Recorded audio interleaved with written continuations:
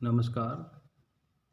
हम पिछले वीडियो में पढ़ रहे थे आर्थिक विकास को प्रभावित करने वाले तत्वों में दो प्रमुख तत्व आर्थिक तत्व और गैर आर्थिक। हम आर्थिक तत्वों के अंतर्गत हमने पढ़ लिया था प्राकृतिक संसाधन के बारे में। हमने पढ़ लिया था कि प्राकृतिक संसाधन किस प्रकार प्रभावित करते हैं।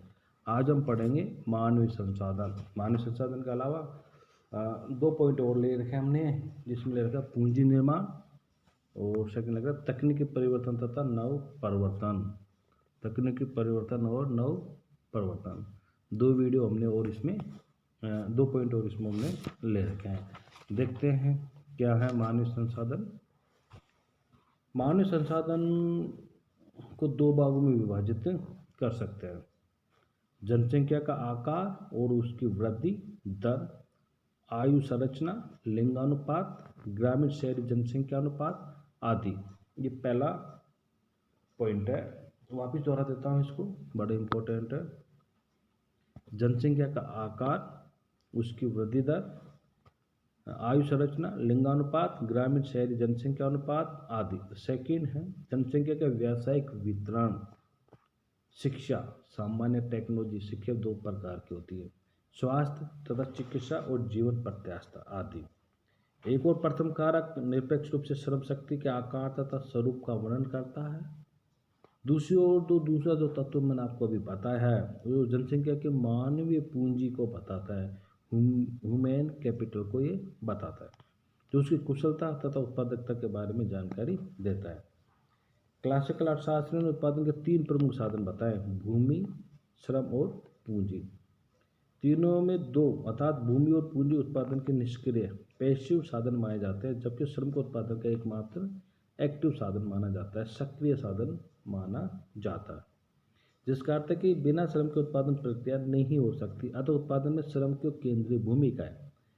क्लासिकल अर्थशास्त्र ने बताया कि उत्पादन में अन्य साधनों के स्तर रहने तथा श्रम की उत्तरोत्तर अधिक इकाई उत्पादन में एक सीमा तक वृद्धि करती है, जिसके पश्चात उत्पादन में वृद्धि कम होती है, जिसे उत्पादन ह्रास नियम कहा जाता है। जब तक उत्पादन में वृद्धि होती है, श्रम की मात्रा में वृद्धि उपयुक्त है और जनसंख्या में वृद्धि से श्रम शक्ति में वृद्धि संभव है। इसका अभिप्राय यह है कि प्रारंभ में जनसंख्या की वृद्धि विकास के लिए लाभदायक है, किंतु एक सीमा के बाद जनसंख्या की लगातार वृद्धि विकास पर दबाव डालती है, जिससे उत्पादन वृद्धि यानी आर्थिक विकास वृद्धि अवरुद्ध हो जाती है। इस संदर्भ में सैमुअलसन का कथन प्रासंगिक है, जो हम आपके सामने दोहराता हूँ। वो कहते हैं कि अनेक विकासशील राष्ट्र विकास के वर्तमान स्तर को बनाए रखने में अथक प्रयास कर रहे हैं। जिस तरह गरीब राष्ट्रों में राष्ट्रीय आय की वृद्धि होती है, वैसे ही जनसंख्या में भी वृद्धि हो जाती है।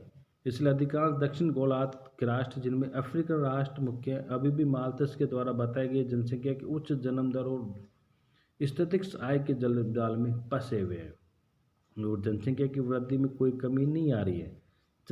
जनसंख्या विद्वानों के अनुसार अगले 25 वर्षों में गरीब राष्ट्रों में लगभग 150 करोड़ लोग पैदा हो जाएंगे, जबकि उच्च आय वाले अमीर राष्ट्रों में केवल 5 करोड़ लोग ही पैदेंगे।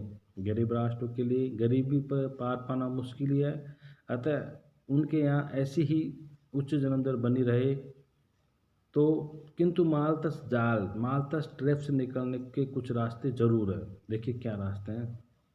इनमें एक है प्रभावी कदम जनसंख्या को रोकने का है, वह यह है कि जन्म दर में प्रभावी कमी करना, चाहे इससे राष्ट्रों के लोगों के धार्मिक भावना ही क्यों नहीं प्रभावित होती हो। अनेक राष्ट्रों में शिक्षा प्रसार के अभियान चलाए गए हैं तथा जन्म दर को कम करने हेतु अपनाए गए प्रयासों को अनुदान देकर प्रभावी बनाने के लिए प्रयत्न हुए हैं। चीन इसका एक महत्वपूर्ण उदाहरण है, जिसने 100 करोड़ से अधिक की जनसंख्या को और बढ़ने से रोकने के दमनकारी उपाय काम में लिए। इन उपायों में बच्चे के जन्म के लिए अभ्यंश कोटा या सीमा निर्धारित किए गए। साथ ही जो परिवार इन निर्धारित अभ्यंश का उल्लंघन करते हैं, उन पर आर्थिक जुर्माना लगाया जाता है तथा उन्हें अनिवार्य नसबंदी जैसे कठोर कानूनों का सामना करना पड़ता है।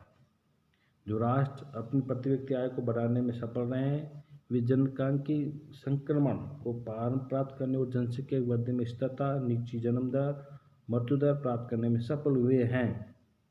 जैसे ही एक राष्ट्र अमीर हो जाता है, वहाँ शिशु जन्म दर में कमी आ जाती है, क्योंकि मनुष्य स्वयं स्वेच्छा से जन्म दर में कमी करते हैं। उन्हें अधिक बच्चे खेती करने के लिए अब नहीं चाहिए, क्योंकि उनकी खेती पर निर्भरता कम हो जाती है, बल्कि उनका ध्येय कम बच्चों को अधिक अच्छी शिक्षा प्रदान करना हो जाता है। जैसे कोरिया, स्पेन आदि राष्ट्रों में प्रति व्यक्ति आय बढ़ी और जन्म दर में भारी कमी आई और वहाँ की जनसंख्या अब अधिक शिक्षा प्राप्त कर रही है। धीरे धीरे जन्म दर की कमी तथा आर्थिक विकास के लाभों लोगों को महसूस होने लगते हैं। गरीब देशों में जन्म दर 1965 से 1990 के बीच में 42% जनसंख्या से घटकर 30% बहुत ही कम हो गई। किंतु यह कमी अभी भी विकसित राष्ट्रों में जहाँ 13% ही है, जो बहुत दूर है।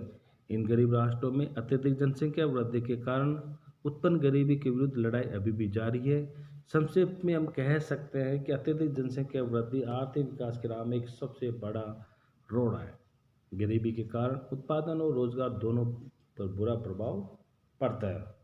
अत्यधिक ऊंची जनसंख्या वृद्धि के साथ साथ गरीब राष्ट्रों को जनसंख्या के गुणात्मक पहलू पर ध्यान देना अति आवश्यक है। विकासशील राष्ट्रों में मानवीय संसाधन निर्माण एवं विकास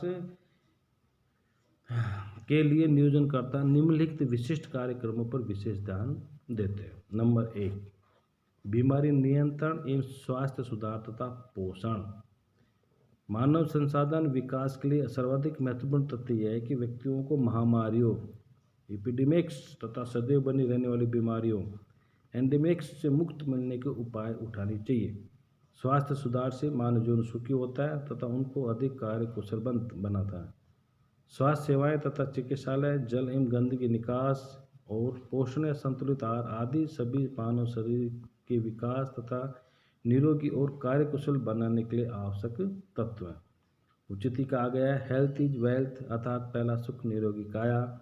जब व्यक्ति स्वस्थ नहीं होता तो वह क्या कार्य कर सकता है। गरीब देशों में बीमारी, गंदगी, कुपोषण ये 3 प्रमुख समस्याएं हैं जिनके निवारण के बिना व्यक्ति स्वस्थ व कार्यशील उत्पादन नहीं बन सकता। नंबर 2, शिक्षा प्रसार। एक शिक्षा में कमी प्रतिशत मानवीय पूंजी में वृद्धि के लिए आवश्यक कारक तत्व यह है कि शिक्षा का प्रसार हो, जिससे सभी 6 वर्ष की आयु से अधिक के बच्चे अनिवार्य रूप से स्कूल जाएं। स्कूलों में भर्ती दर बढ़े, स्कूल छोड़ने की प्रवृत्ति, ड्रॉप आउट रेट में कमी आए। ये सभी तत्व साक्षरता को बढ़ाने वाले हैं। साक्षरता कर्तव्यबोध, अनुशासन और कार्यकुशलता में वृद्धि करती है, जो उत्पादन की वृद्धि के दीर्घकालीन स्वरूप को निर्धारित करती है। शिक्षित लोग अधिक कुशल होने के साथ साथ पूंजी का बेहतर उपयोग कर सकते हैं तथा अपनी गलतियों से सीख सकते हैं। वे नई तकनीकों को सीखकर कुशलता के उपयोग करने में सक्षम होते हैं।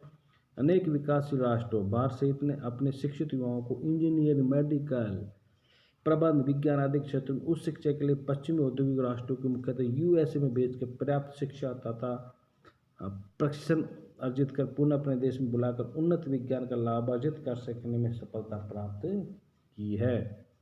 हालांकि अधिकांश युवाओं को अमेरिका गए वह पुनः लौटकर अपने देश में नहीं आते। जगदीश भगवती जो इंडियन इकोनॉमिस्ट है उसने कहा है कि ऐसे कुशल श्रमिक विकास को ब्रेन ड्रेन कहा है। ऐसे युवाओं को विकसित राष्ट्रों में उच्च वेतन, उच्च रहन सहन, सामाजिक व्यवस्था, खुलापन तथा स्वतंत्रता अधिक अच्छी लगती है, जिसके कारण वे वापस अपने देश में लौटना नहीं चाहते हैं।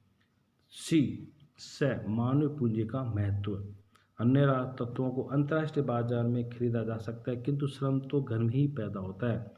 मानव श्रम जो शिक्षित तथा प्रशिक्षित है के अभाव में विकासशील राष्ट्रों में मुश्किल व जटिल खनन, प्रतिरक्षा और विनिर्माण मशीनों का सदुपयोग, उचित प्रबंधन तथा रखरखाव नहीं हो पाता और ऐसे में वहाँ का विकास अवरुद्ध हो जाता है। अतः मानवीय संसाधन विकास जनसंख्या के चतुर्मुखी तथा समावेशी विकास के लिए आवश्यक है। ये था मानवीय संसाधन का डीपली अध्ययन।